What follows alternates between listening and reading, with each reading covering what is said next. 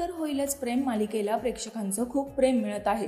तर आजच्या भागात म्हणजे 28 एप्रिलच्या भागाची सुरुवात काव्य आणि पार्थ यांच्यामधील गोड भांडणाने होते, ज्यामध्ये दोघंही बेडवर न झोपता खाली जमिनीवर अंथरूण पांघरून झोपण्याची जिद्द करतात, ज्यात पार्थ खाली झोपण्याच्या अटीत जिंकतो।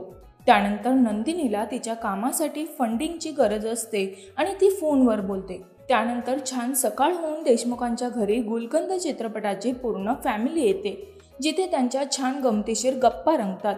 तिथेच पार्थ नंदिनी ही माझी नाही तर माझ्या भावाची बायको आहे आणि काव्य माझी बायको आहे असं सांगतो। त्यानंतर गुलकंदची पूर्ण टीम त्यांच्या मुलामुलींच्या लग्नाचं निमंत्रण देण्यासाठी आली असते आणि ते देते आणि त्यांच्या आयुष्यात झालेल्या काही खास आठवणीबद्दल सांगतात।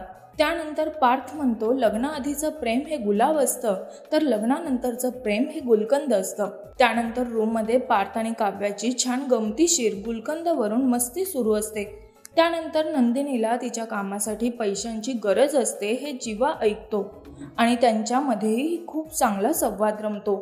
तर पुढील भागात आपण पाहणार आहोत पार्थ काव्याची बाजू घेतो आणि त्याच्या आत्याला म्हणतो, संसार आमचा आहे तर पुढे आता काय करायचं आणि काय नाही ते आमचे प्रश्न आहेत।